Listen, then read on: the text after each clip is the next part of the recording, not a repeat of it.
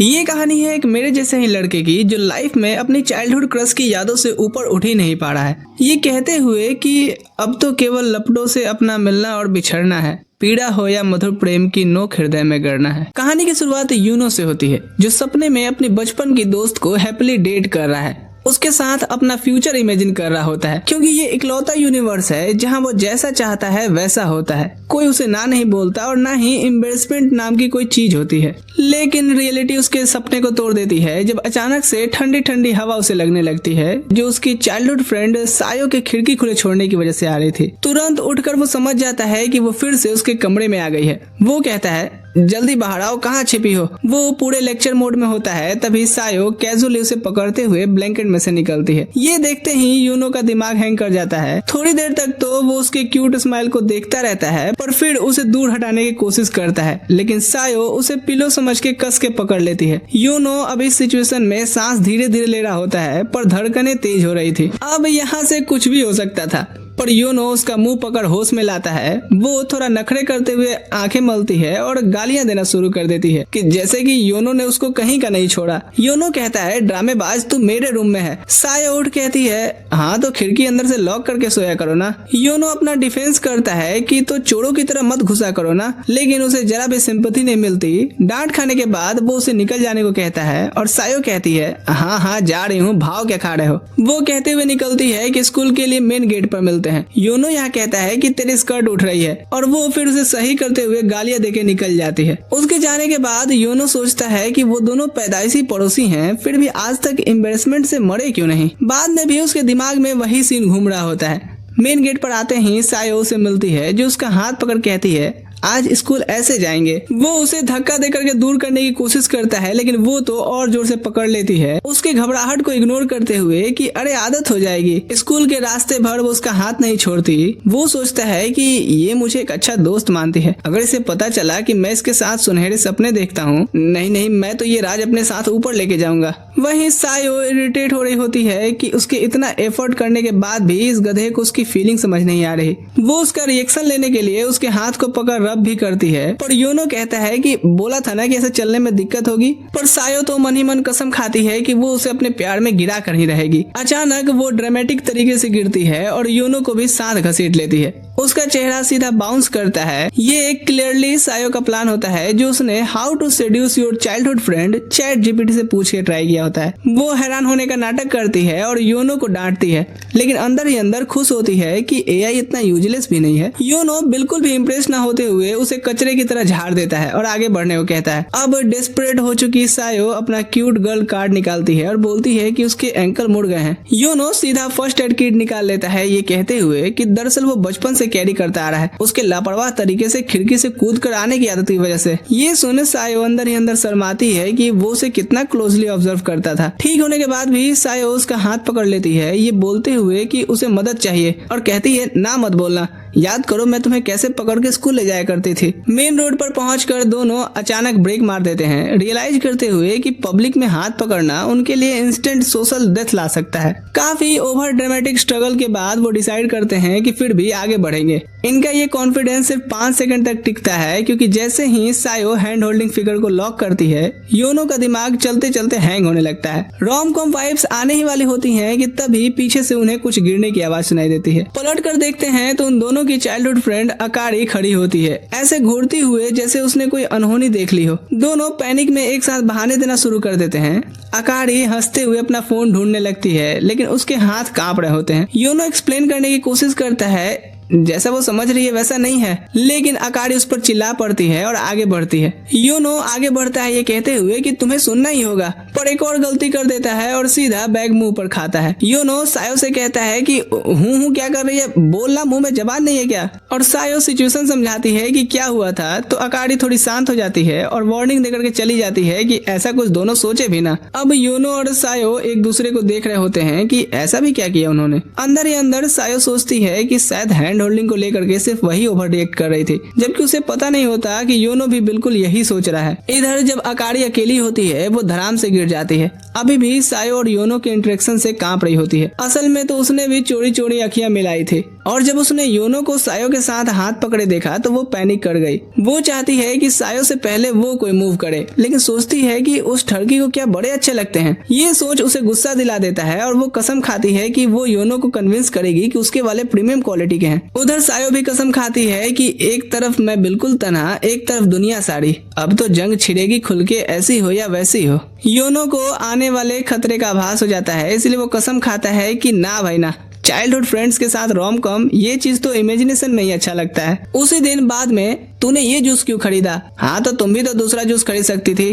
बचपन के दोस्त होने के बावजूद वो कभी किसी बात पर एग्री नहीं करते। सायो बीच में आती है उनकी लड़ाई रोकने, लेकिन दोनों उसे इग्नोर कर देते हैं और सायो को भी क्लास रेप की ड्यूटीज के लिए बुला लिया जाता है। वो जाते जाते उन्हें साथ में नाइस बिहेव करने को बोलती है, लेकिन जैसे ही वो क्लासरूम से निकलती है दोनों फिर से लड़ना शुरू कर देते हैं। पास्ट में जब वो छोटे थे अकारी योनो के पीछे पीछे घूमती रहती थी हर एक चीज के लिए और दोनों काफी क्लोज थे। प्रेजेंट में वो अकारी की तरफ देख सोचता है बढ़ती उम्र ने उनके बीच दूरियां क्यों बना दी। उसे चीजें ठीक करने का पूरा मन होता है, लेकिन जैसे ही अकारी पलट कर देखती है दोनों फिर से लड़ने लगते हैं और योनो अपना मन बदल लेता है। अंदर ही अंदर अकारी भी खुद को दोष देती है कि वो उसके सामने आने पे ऐसे बिहेव क्यों करने लगती है। असल में अकारी हमेशा योनो का अटेंशन पाने के लिए एक्स्ट्रा एफर्ट्स करती आई है। ग्लैमरस बनना, उसके स्कूल में एडमिशन लेना और अभी उसके जैसा ही जूस खरीदना, बस ताकि एक कन्वर्सेशन शुरू हो सके। फिर भी वो बिना वजह उस पर चिल्लाने से खुद को रोक नहीं पाती।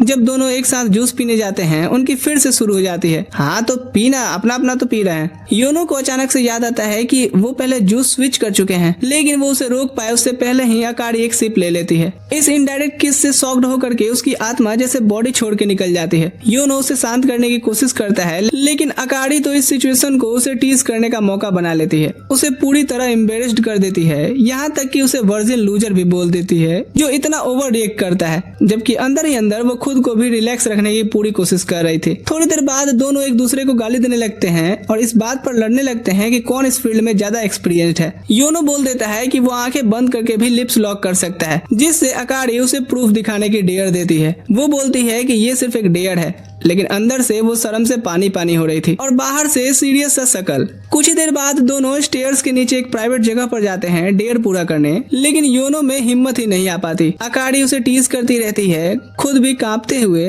और जब योनो पूछता है कि वो ऐसे हिल क्यों रही है, अकारी बोलती है कि वो बस उसके साथ पटका पटकी के लिए खुद को तैयार कर रही है। योनो पूछता है कि क्या उसका ये फर्स्ट किस होने वाला है, लेकिन अकारी बात टाल देती है और उसे डरपोक और कमजोर बोलती है इतना टाइम वेस्ट करने के लिए। जब योनो देखता है कि वो सीरियसली किस के लिए रेडी है तो वो फाइनली मान लेता है कि उसने कभी किसी के साथ लिप्स लॉक नहीं किए हैं, इसलिए वो उसका एक्सपीरियंस खराब नहीं करना चाहता। ये सुनकर अकारी का खुशी के साथ हाथ खुद ही आगे बढ़ने लगता है योनो का फर्स्ट टाइम क्लेम करने के लिए, और इतिहास गवाह है कि यहाँ से बेड़ा गर्क होना तय है। तभी अचानक सायो आ जाती है और योनो पैनिक कर जाता है, सोचता है कि अब लव आइलैंड पर होगा ड्रामा शुरू, लेकिन सीन बिगाड़ने के बजाय सायो शांत रह करके उसके चेहरे से एक बाल हटा देती है, बिल्कुल ऐसे एक्ट करते हुए कि उसने कुछ ना देखा हो। अकारी चुपचाप पीछे हटने की कोशिश करती है, लेकिन एक स्टिक पर स्लिप होकर के गिर जाती है। सायो तुरंत योनो की आंखें ढक देती है कि वो मैजिशियन नहीं है जो कबूतर निकालेगी वहाँ से, लेकिन योनो अकारी पर जोर से हंस देता है कि तुम्हें तो ढंग से चलना भी नहीं आता, और वो और ज्यादा शर्मिंदा हो जाती है। गुस्से में उसके पेट में रख के घूंसा मारती है और उसे क्रीप बोलती है। वहीं सायो अंदर ही अंदर अभी उसने जो देखा सोचती है कि उसे अपने सुकून को बचाना होगा, वरना उसे ही अपना जुनून बना लेगी। क्लास में जाने पे लौंडे उसे घेर लेते हैं कि ऐसा कौन सा लाइन मारता है कि दो दो लड़कियां फ्लैट हो गई तुझ पे।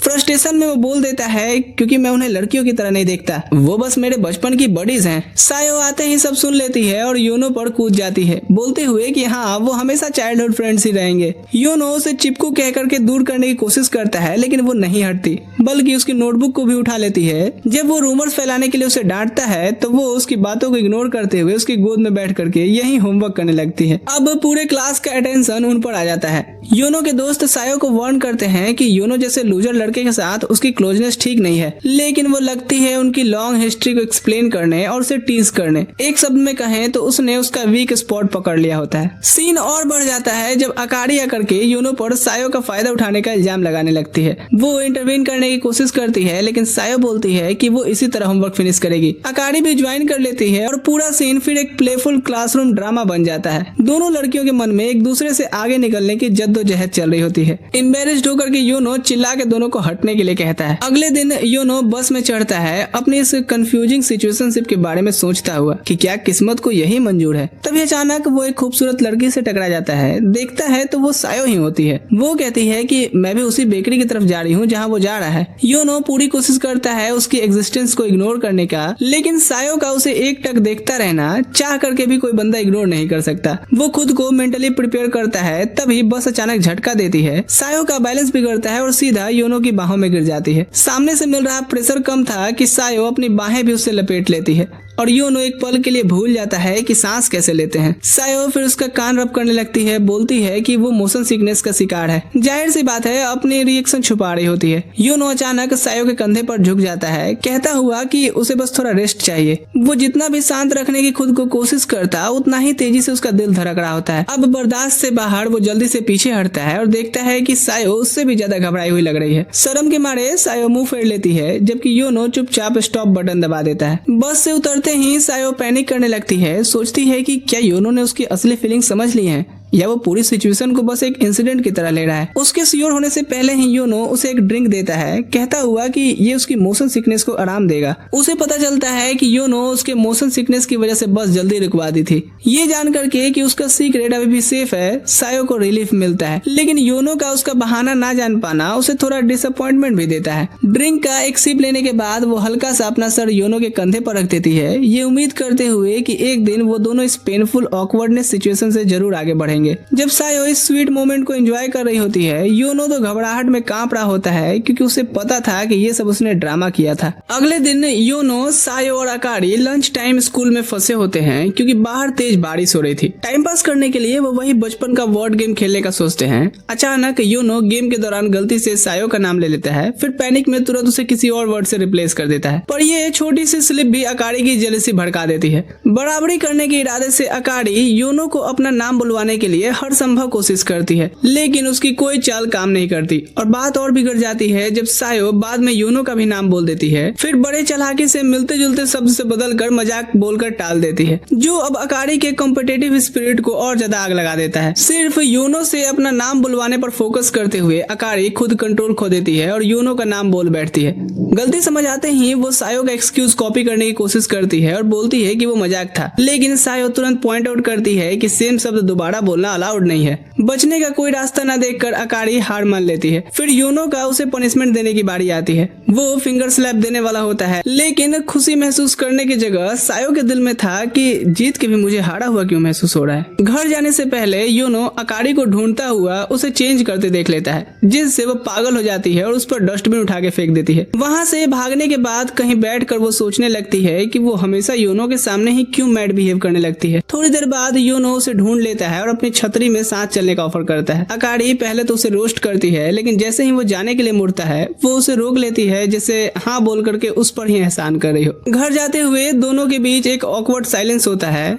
उधर सायो भी तेज कदम बढ़ाते हुए चल रही होती है कि काश रास्ते में योनो मिल जाता। पता नहीं होता कि वो तो पीछे है। जैसे ही योनो और अकारी मोड़ पर पहुंचते हैं, सायो स्नैक्स खरीदने के लिए एक्साइटमेंट में दौड़ पड़ती है। इसी बीच इधर योनो अकारी के साथ अपने ऑकवर्ड रिश्तों के बारे में सोचता है कि अकारी अब वो स्वीट छोटी लड़की नहीं रही जिसे वो जानता था। उसके ख्याल तब टूटते हैं जब अकारी उसके चेहरे को दूर करते हुए उसे इडियट की तरह घूरने को ना बोलती है। अभी तक तो वो एक कूल गर्ल की तरह एक्ट कर रही थी, लेकिन अंदर से वो जल बिना मछली की तरह होती है। चलते हुए वो नोटिस करती है कि योनो एक तरफ से भीग रहा है और उसे पास खींच लेती है अपने यूजुअल रोस्टिंग के साथ। वो उसे अपना रुमाल भी ऑफर करती है, लेकिन योनो को लगता है कि वो उसे रखने के लिए दे रही है और उसे एक झाड़ और पड़ जाती है। डांट खाने के बाद अकारी छतरी लेने की कोशिश करती है कि लाओ मैं लेके चलती हूँ, लेकिन अचानक दोनों के हाथ टच होने पे शौक में चिल्लाते हैं और थोड़ा डिस्टेंस बना लेते हैं। योनो सोचता रह जाता है कि अकारी अचानक इतनी वियर्ड क्यों बिहेव कर रही है। इनका घर पता नहीं कहाँ है, आ ही नहीं रहा। उससे पहले एक गाड़ी तेज रफ्तार से आती है और उन पर पानी उड़ाकर निकल लेती है। योनो तुरंत रिएक्ट करता है और अकारी को बचाने के लिए अपना शरीर उसके आगे कर देता है,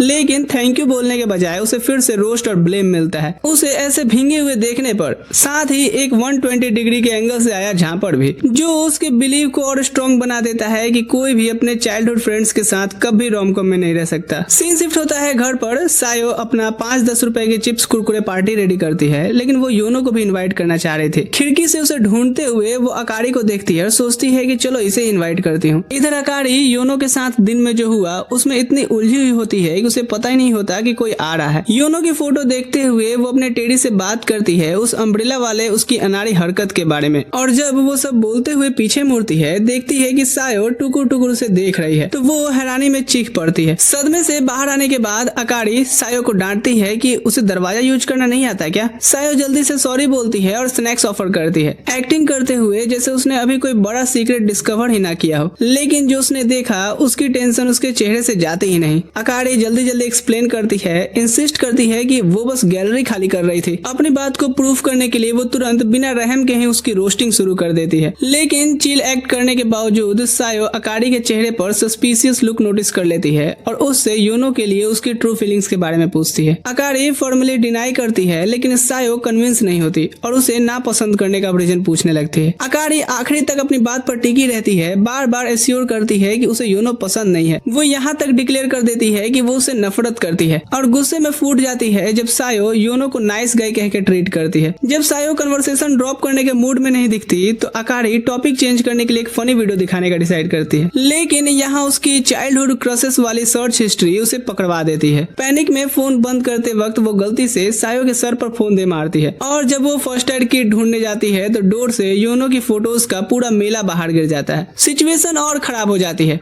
अकारी पैनिक कर जाती है और बेकार बेकार के बहाने बनाना शुरू कर देती है, लेकिन किसी तरह सायो उसके हर एक एक्सक्यूज को शूट डाउन कर देती है। उसकी नॉन स्टॉप बकबक को देखते हुए सायो फाइनली समझ जाती है कि उसका सबसे बड़ा डर सच हो गया है और अकारी सच में उसकी राइवल है। वो पूछने से खुद को रोकने की पूरी कोशिश करती है, लेकिन याद आता है कि उन्होंने कभी सीक्रेट्स ना रखने का वादा किया था। तो सायो अकारी से सीधा पूछ लेती है कि क्या उसे सच में योनो इतना पसंद है। दोनों के बीच एक अजीब सी टेंशन छा जाती है।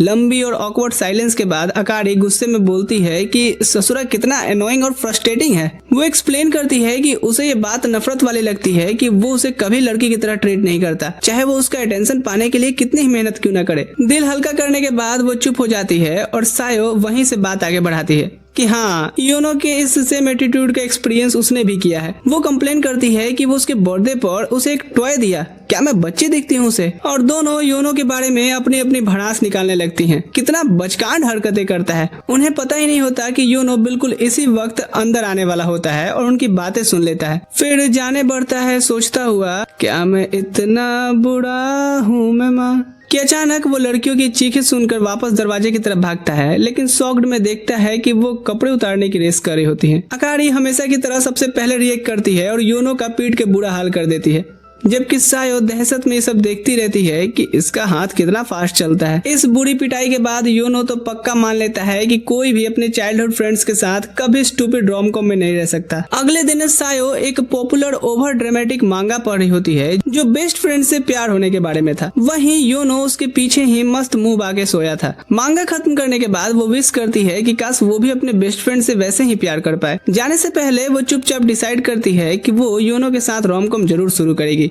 चाहे इसकी कोई भी कीमत चुकानी पड़े। अगले दिन योनो स्कूल जाते हुए सोच रहा होता है कि कैसे कल सायो और अकारी ने उसका सीक्रेट हॉबी पकड़ लिया था। वो क्रीपी ओटाकू की तरह ड्रेस पहन के अपनी सीक्रेट हॉबी मांगा एंजॉय करते हुए खुद में ही मगन होता है। तभी दोनों उससे टकरा जाती हैं और पूछती हैं कि वो क्या छुपा रहा है, और तुरंत उसकी तलाशी लेना शुरू कर देती है। भागने की जगह लौंडा सोचने लगता है कि ये सीन तो मैंने किसी तो रोम-कॉम मांगा में पढ़ा था। थोड़ी देर तलाशी लेने के बाद बुक गिर जाती है और हैरान होकर के सायो बोलती है कि अरे उसने उसके रूम में भी ऐसा ही कुछ बुक छुपा हुआ देखा था। दोनों लड़कियां तुरंत उसकी रोस्टिंग शुरू कर देती हैं, खास करके अकारी। योनो प्रेजेंट में अभी ये सोच ही रहा होता है कि सुख भरे दिन बीते रे भैया। तभी सायो पीछे से आकर के उसे टीज करने लगती है। वो सजेस्ट करती है कि चलो ऐसे ही दोनों साथ स्कूल चलें, लेकिन योनो सीधा बोलता है कि ये सीन फर्स्ट एपिसोड में हो चुका है। उसके बाद से वो उसे एक्सपायरी प्रोडक्ट्स की तरह अवॉइड करने लगता है और दिन के एंड तक सायो बिल्कुल मुंह लटका के बैठी होती है।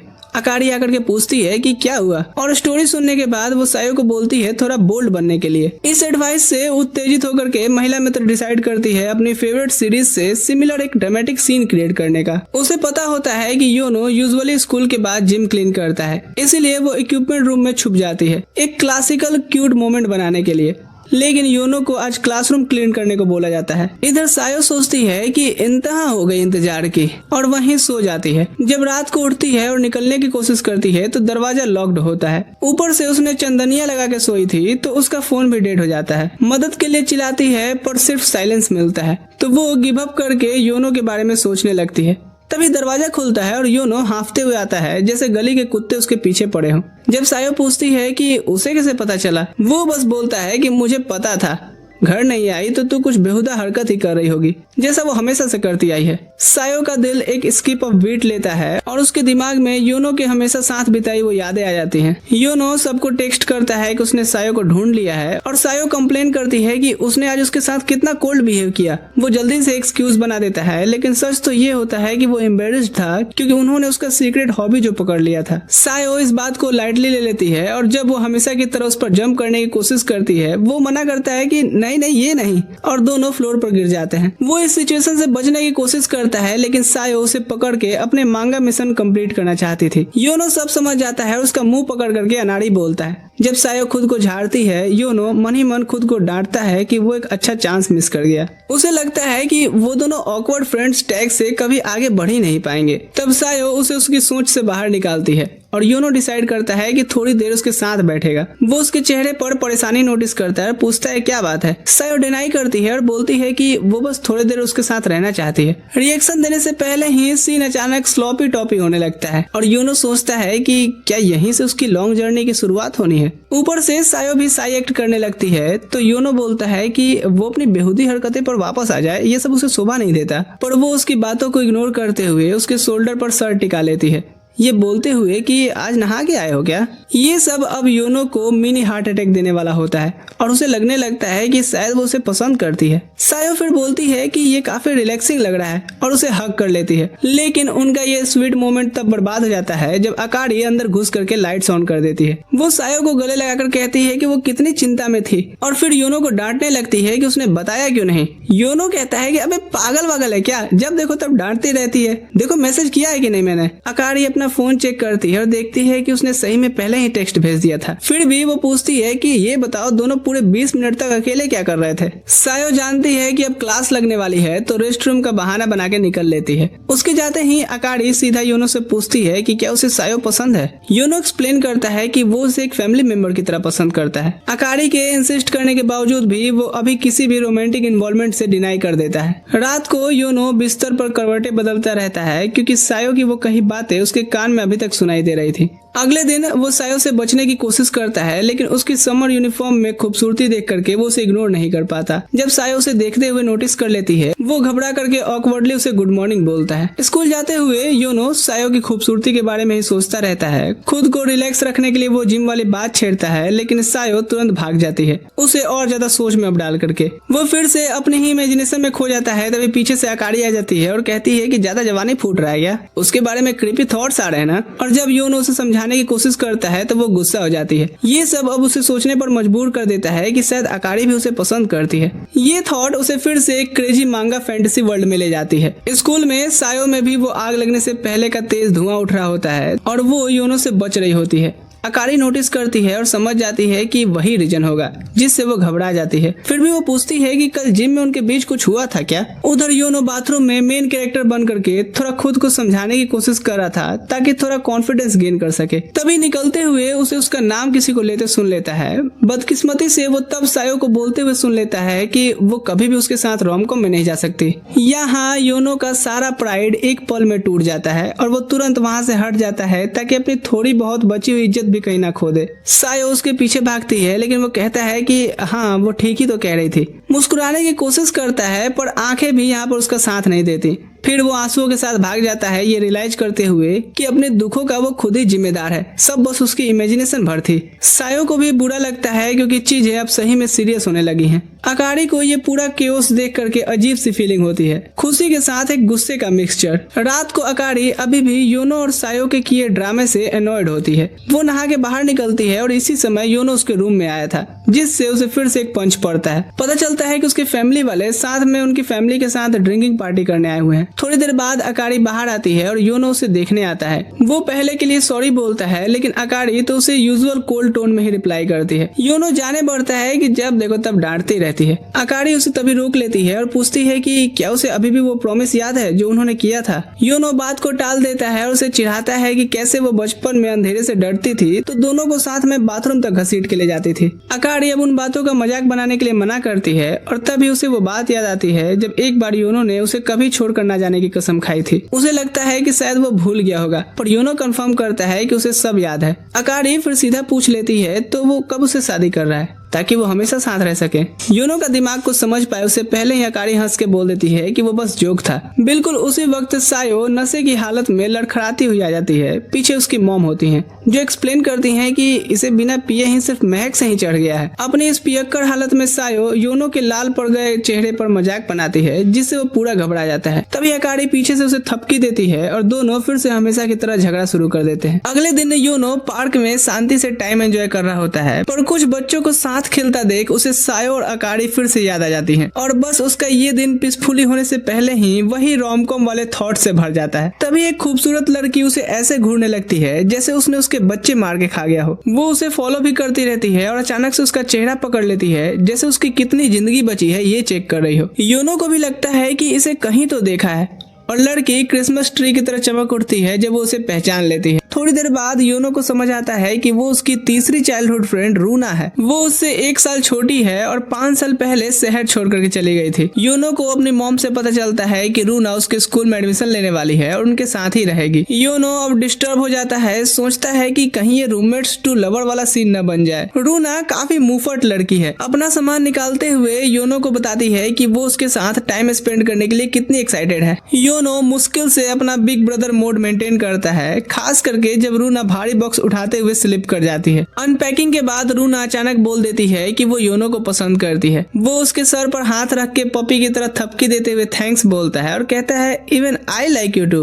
रूना क्लैरिफाई करने की कोशिश करती है कि वो रोमांटिक वे में बोल रही है, लेकिन तभी सायो और अकारी रूम में घुस आती हैं और उसका वार्मली वेलकम करती हैं। रूना सायो और अकारी को देख करके उनके लड़के फंसाने के एसेट्स नोटिस करती है कि हाउ बिग दिस आर। उधर योनो अपनी हार्मोन्स को शांत रखने के लिए ठंडी शावर ले रहा होता है पर वो सोचता है कि अब रूना के कहने का क्या मतलब था। रूना सायो और अकारी को कॉम्प्लीमेंट देती है कि इन 5 सालों में वो कितनी खूबसूरत हो गई है और बोलती है कि तुम्हें पता है मुझे योनो पसंद है। दोनों हंस के टाल देती हैं सोच करके कि वो भाई बहन के रिश्ते से बोल रही होगी, लेकिन शॉक्ड तब लगता है जब रूना बोल देती है कि वो उसके साथ बेड में रोल करना चाहती है। ये कह करके वो शावर लेने भाग जाती है और सायो और अकारी उसकी बात को डाइजेस्ट करने के लिए बाहर से हजमोला लेके आने की बात करती हैं। बाद में रूना योनो के रूम जाती है जहाँ सायो और अकारी पहले से ही बैठी होती है। उसकी डायरेक्ट कन्फेशन और बोल्डनेस से दोनों को डाउट हो जाता है कि वो योनो पर लाइन मार सकती है, इसलिए वो पहले से ही प्रिकॉशन ले चुकी होती है। फिर भी रूना उठ करके योनो की गोद में बैठ जाती है और बोलती है कि वो उसके बाल ट्राई करे। वो ये भी डिक्लेयर करती है कि वो चाहती है योनो उसका अच्छे से ध्यान रखे और योनो यहाँ सांस तक नहीं ले पा रहा था। सायो और अकारी तुरंत रूना को खींच लेती हैं बोलते हुए कि यहाँ बैठ, पता नहीं तुझे क्या, वो तेरे बाल खराब कर देगा। बाद में जब वो उसके बाल ठीक कर देती हैं, दोनों लड़कियां रूना को कुर्सी पर लिटरली पकड़ के बैठा देती हैं ताकि वो उछल उछल के उसके पास न जाए। लड़कियों को बातें करते देखकर योनो को रिलीफ मिलता है कि अच्छा है कि सायो और अकारी यहाँ है। जैसे ही वो रिलैक्स करना चाहता है, रूना टेबल के नीचे से उसके साथ फुटेज शुरू कर देती है। योनो उसका पैर पकड़ लेता है कि ये क्या चीज है, जिससे रूना हंस पड़ती है। उसकी हंसी और योनो का हैरान चेहरा देख करके दोनों सोचती हैं चल क्या रहा है, और वो टेबल के नीचे देख करके योनो को फिर से गंदी नजर से देखती है, जिस पर योनो चिल्ला करके अपनी सफाई देता है। पर अकारी तो उसे डांटती है, चाहे वो सिचुएशन को कितना भी एक्सप्लेन करने की कोशिश क्यों ना करे। पर सायो समझ जाती है कि शुरुआत रूना नहीं की होगी और उसे उसका टैक्टिक्स थोड़ा इम्प्रेसिव भी लगता है। वो जेलस फील करती है क्योंकि रूना उससे बिल्कुल अलग ही है इन मामलों में।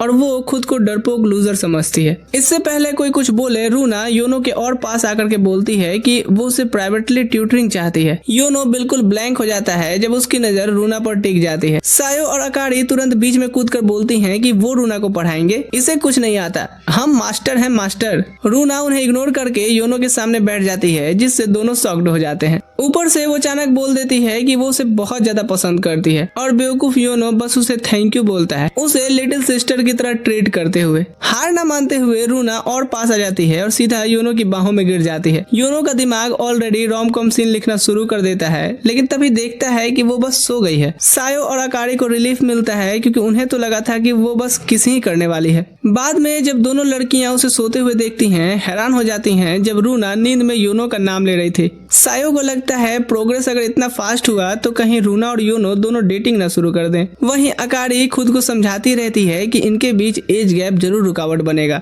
दूसरी तरफ योनो परेशान हो रहा है सोच करके कि क्या ये उसके लिए अपनी चाइल्डहुड फ्रेंड के साथ रोमकॉम में आने का एक सॉलिड चांस हो सकता है। अगले दिन रूना प्यार से योनो को जगाती है और उसके लिए टेस्टी ब्रेकफास्ट भी बनाती है। वो बताती है कि वो एक अच्छी वाइफ बनने की प्रैक्टिस कर रही है और योनो उसकी तारीफ करता है कि हाँ अच्छी बात है, वरना बदनामी हमारी ही होगी, जिससे वो बहुत ज्यादा खुश हो जाती है। बाद में योनो अपने दिमाग में तैयारी करता है कि वो रूना के लिए एक अच्छा बिग ब्रदर बनेगा, लेकिन रूना अचानक पीछे से उसे हग कर लेती है और उसे कहीं घूमने चलने के लिए कहती है। हैरान होने के बाद भी योनो शांत रह करके उसे कहता है कि हाँ क्यों नहीं, चलो घुमा लाता हूँ। बाद में वो पार्क जाते हैं जहाँ रूना अपनी ज्यादा क्यूट होने की वजह से सबका ध्यान खींच लेती है। योनो पूरी कोशिश करता है एक बिग ब्रदर के नाते उसका ख्याल रखे, लेकिन रूना का बेबाक अंदाज उसे दीवाना बना रहा था। थोड़ी देर बाद रूना एक जख्मी लड़के की मदद करने दौड़ती है जब तक उसकी माँ उसे लेने नहीं आ जाती। उनके जाने के बाद योनो रूना की तारीफ करता है कि उसने कितनी आसानी से सिचुएशन संभाल लिया। रूना बताती है कि उसने ये इसलिए सीखा क्योंकि जब वो अनाड़ी थी तब सब लोग उसका ख्याल रखते थे। योनो हैरान होता है जान करके कि उसका एम डॉक्टर बनने का है। रूना उसे हैरान देख करके कहती है,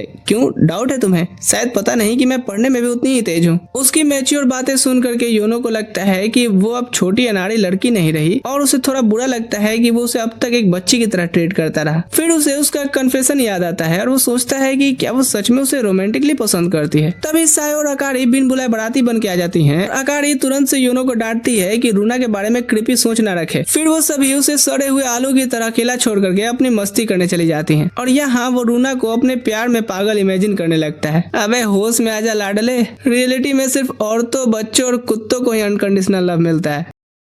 सीन शिफ्ट होता है कुछ दिनों बाद। अकारी चुपचाप योनो का पीछा करती है ये जानने के लिए कि क्या उसके रूना के लिए फीलिंग्स हैं। जब योनो उसे छुपते हुए देख लेता है, अकारी बहाना बनाती है कि मैं ये ब्रेड खरीदने आई हूँ। योनो उसे रोकने की कोशिश करता है क्योंकि वो ब्रेड बहुत ही ज्यादा तीखी होती है, लेकिन वो नहीं मानती और पेमेंट कर देती है। योनो उसे ब्रेड ना खाने के लिए समझाता है, लेकिन वो फिर भी एक बाइट ले लेती है और ज्यादा तीखा होने के बावजूद भी पूरा खा जाती है। ब्रेड खाने के बाद उसे एहसास होता है कि वो पूरे टाइम तीखा होने की वजह से योनो का हाथ पकड़े हुए थी और शर्मा जाती है। वो यहाँ चीख चीख करके बोलना चाहती थी कि बहुत तीता है, लेकिन हिम्मत नहीं जुटा पाती, इसलिए कूल बनने की कोशिश करती है। तभी अचानक वो बेहोश हो जाती है और योनो ये देख करके 112 पर कॉल करता है। एग्जाम्स के बाद अकारी और सायो समर ब्रेक के लिए एक्साइटेड होती हैं, लेकिन योनो अपनी बढ़ती फीलिंग्स की वजह से उनके साथ एक्साइटमेंट शेयर नहीं करना चाहता था। हालात और खराब हो जाती हैं जब वो देखता है कि रूना ने एग्जाम्स में 100 आउट ऑफ 100 मार्क्स लाई है, जिससे उसे लगता है कि वो पीछे रह गया है। वो डिसाइड करता है कि रोमांस के बारे में सोचना बंद करके पढ़ाई पर ध्यान देगा। कुछ दिन बाद भी योनो अपने रूम में बंद होकर के पढ़ रहा होता है और सभी लड़कियां उसके लिए चिंता करती हैं। अकारी उनसे कहती है कि चिंता ना करे और उसके बिना ही हमें समर हॉलीडेज की तैयारी करनी चाहिए। वो अपनी बात तुरंत वापस ले लेती है जब रूना सीधा पूछ लेती है कि क्या वो योनो को मिस करेगी। बाद में लड़कियां योनो का मूड ठीक करने की कोशिश करती हैं, लेकिन जब काम नहीं बनता तो उसे साथ में समर प्लान्स बनाने के लिए तंग करती हैं। अकारी योनो के खराब मार्क्स का मजाक उड़ाती है, जिससे वो गुस्सा हो जाता है। बात बदलने लगती है तब सायो बीच में आकर के सिचुएशन संभालती है और लड़कियों को नया प्लान बताती है। वो रिवर्स साइकोलॉजी यूज करती हैं, लेकिन जब योनो को याद आता है कि वो सायो और अकारी के कंपैरिजन में कितना बेकार महसूस करता था, वो और ज्यादा पढ़ाई करने का डिसाइड करता है। तभी लड़कियां अपने स्टनिंग स्विम सूट में आ जाती हैं और योनो का सारा तपस्या भंग कर देती हैं। और वो फाइनली समर प्लान्स के लिए मान जाता है। बीच सिलेक्ट करते वक्त योनो अपना रिजल्ट दिखाता है और लड़कियां शॉक्ड हो जाती हैं क्योंकि उनके तो इतने मिला के भी नहीं आए हैं। उनके रिएक्शन देखकर योनो उनसे उनके रिजल्ट्स पूछता है और पता चलता है कि सायो तो एक सब्जेक्ट में फेल भी हो गई है। थोड़ा अब कम बेकार महसूस करते हुए योनो कहता है कि उन्हें हॉलीडेज में उसके साथ पढ़ाई करनी चाहिए। उस दिन बाद में योनो बाथ में रिलैक्स करता है और हॉलीडेज सायो, अकारी और रूना के साथ बिताने का सोचता है। तभी उसे लड़कियों की आवाज सुनाई देती है जो बाथरूम यूज करने वाली होती हैं। अब नॉर्मल इंसान अपनी प्रेजेंस बताता,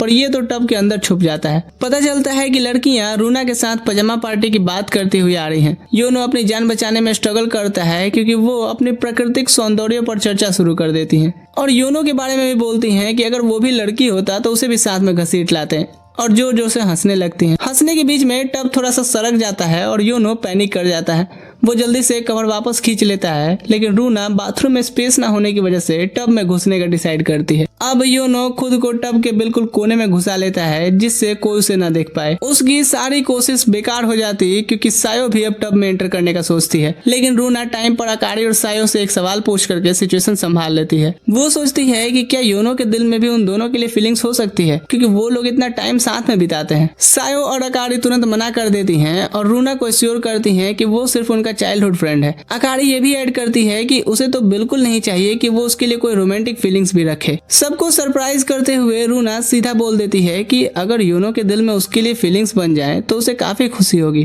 थोड़ा सोचने के बाद सायो भी मान लेती है कि देखा जाए तो उसे भी अच्छा लगेगा, लेकिन अकारी अभी भी जिद्दी बनी रहती है और एक्सेप्ट करने से मना कर देती है। इसके बाद अकारी और बाकी लड़कियां चली जाती हैं और योनो तुरंत कवर के नीचे से बाहर आ जाता है। जब वो निकलकर अभी अभी हुई लड़कियों की बातों पर ही सोच रहा होता है तभी रूना वापस आती है कुछ लेने के लिए। योनो घबराकर एक्सप्लेन करने लगता है, लेकिन उसे जल्दी ही समझ आ जाता है कि रूना को पहले से ही पता था कि वो टब में छुपा हुआ है। ऊपर से वो उसे हल्की सी टीजिंग भी कर देती है उसके शरीर के तिल के बारे में बता के। फिर वो योनो से कहती है कि उसे जिम्मेदारी लेने से डरना नहीं चाहिए और योनो वहीं का वहीं हैरान खड़ा रह जाता है। वो सोचता है कि क्या ये समर ब्रेक उसके रोमकॉम ड्रीम्स को सच कर पाएगा। समर ब्रेक के स्टार्ट में सायो और योनो लाइब्रेरी जाते हैं पढ़ाई के लिए। रास्ते में योनो बताता है कि अकारी और रूना के ऑलरेडी दूसरे प्लान्स हैं, इसलिए आज सिर्फ वो दोनों साथ में पढ़ने वाले हैं। लाइब्रेरी में बैठते ही सायो फुल फोकस के साथ पढ़ाई शुरू कर देती है, जबकि योनो के लिए कंसंट्रेशन बनाना मुश्किल हो जाता है। उनका प्लान था कुछ दिन पढ़ाई करके फिर बीच जाएगा और योनो को लगा था कि वो मैनेज कर लेगा, लेकिन सायो के इतना पास बैठने से वो जितना सोचा था उससे ज्यादा ही डिस्ट्रैक्टेड हो जाता है। दिन के एंड तक योनो मेंटली थक जाता है और बिल्कुल ड्रेन फील करता है, जबकि सायो अभी भी फुल एनर्जी में होती है। वो एक्साइटेड होकर के योनो को टास्क दिखाती है जो उसे थोड़ा अनकंफर्टेबल फील करवा देता है। सायो को अपने साथ इतना कंफर्टेबल देख करके योनो सोचने लगता है कि शायद सायो उसे अभी भी वही बचपन का कमजोर सिंपल लड़का ही समझती है। वो सोचता है कि अगर उसे उसकी फीलिंग्स के बारे में पता चले तो वो कैसे रिएक्ट करेगी। वो तभी खुद को संभालता है और उसके वर्कबुक में कुछ मिस्टेक्स पॉइंट आउट करता है। जब सायो का काम अभी भी कंप्लीट नहीं होता तो योनो मजाक में बीच प्लान कैंसिल करने की बात करता है, लेकिन सायो इस पर आर्ग्यू करने लगती है। फिर वो थोड़ी साई होने लगती है और इनडायरेक्टली हिंट देती है कि वो उसके साथ थोड़ा अकेला टाइम बिताना चाहती है, लेकिन योनो समझ ही नहीं पाता। वो कामली बोल देता है कि वो लोग तो हर साल साथ में ही टाइम बिताएंगे, चाहे कितने भी बड़े हो जाएं। इस जवाब से सायो सेटिस्फाइड नहीं होती और योनो से पूछती है कि अगर उसे गर्लफ्रेंड मिल जाए तो क्या तब भी उनके बीच कुछ नहीं बदलेगा। थोड़ा सरप्राइज होने के बाद भी योनो कॉन्फिडेंटली बोलता है कि हाँ, कुछ भी नहीं बदलेगा। वो ये भी ऐड करता है कि चाइल्डहुड फ्रेंड्स हमेशा एंड तक फ्रेंड्स ही रहते हैं। तभी योनो को शौक लगता है जब सायो अचानक पूछती है कि अगर वो उसे डेट के लिए पूछे तो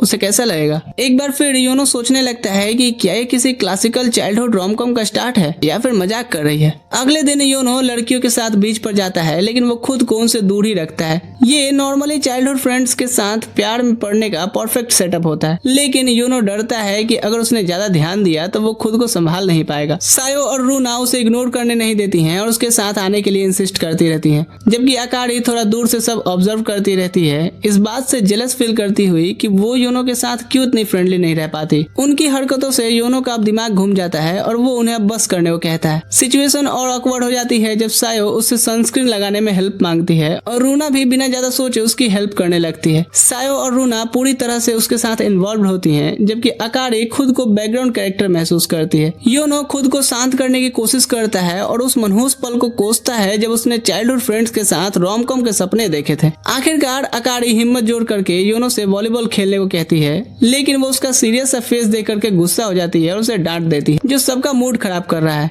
गुस्से में वो गलती से उसे पानी में धक्का दे देती है और वहीं योनो समझ गया कि वो उन्हें अवॉइड कर ही नहीं सकता। लड़कियां तुरंत उसे बाहर खींच लेती हैं, लेकिन थोड़ी देर बाद योनो बिल्कुल एग्जॉस्ट हो जाता है। दिन के बाकी टाइम में योनो बिल्कुल मेंटली थक जाता है। घर जाते वक्त अकारी और योनो के यूजुअल बहस करने की वजह से बस छूट जाती है, जबकि सायो और रूना बस में ही सो जाती हैं, उनकी एब्सेंस से बिल्कुल अनजान। अब ये पूरी सिचुएशन अकारी को और भी ज्यादा चिड़चिड़ा बना देता है और योनो को लगने लगता है कि शायद अकारी उसे बिल्कुल पसंद ही नहीं करती। फिर दोनों फैसला करते हैं कि पास के शहर तक पैदल चलते हैं और अकारी खुद को योनो के साथ अकेला टाइम बिताने के बारे में सोचने से रोक नहीं पाती। वो चाहती है कि इस मौके का यूज करके योनो के साथ थोड़ी प्रोग्रेस करे, जैसे सायो और रूना ने किया था। लेकिन बदकिस्मती से उसकी हिम्मत ऑस्ट्रिच जैसी होती है, जो सिर्फ खतरा महसूस होने पर ही एक्शन लेता है। तभी एक बिल्ली उसे डरा देती है और वो अचानक योनो का हाथ पकड़ लेती है, फिर तुरंत छोड़कर बोलती है कि योनो से चिपक रहा है। रात होते होते टॉम एंड जेरी की तरह लड़ते रहते हैं और एक दूसरे से ज्यादा हिम्मत दिखाने की कंपटीशन करते रहते हैं। बाहर से अकारी बहादुर बनने की कोशिश करती है, लेकिन अंदर से वो काफी डरी हुई होती है। वो योनो का हाथ पकड़ने की कोशिश करती है, लेकिन उसकी हिम्मत साथ नहीं देती। तभी योनो को अचानक छींक आ जाती है और अकारी इतनी डर जाती है कि गिर ही पड़ती है। और जब योनो उसे उड़ने में मदद ऑफर करता है, अकारी मना कर देती है कि वो एक इंडिपेंडेंट वुमेन है। तब योनो सिचुएशन अपने हाथ में लेता है। उसके बकबक करते रहने के बाद भी वो अकारी को अपनी पीठ पर उठा लेता है और बोलता है कि पहले वो ज्यादा अच्छी हुआ करती थी, क्योंकि तब वो अपनी प्रॉब्लम्स खुल करके बोला करती थी, जो अकारी को और गुस्सा दिला देता है। और वो कहती है कि वही था जो उसके साथ बढ़ती उम्र के साथ रूड होता गया। योनो मानता है कि वो सिर्फ इसीलिए क्योंकि वो नहीं चाहता था कि एक लड़के की कांस्टेंट प्रेजेंस से कोई उसे गलत लड़की समझे।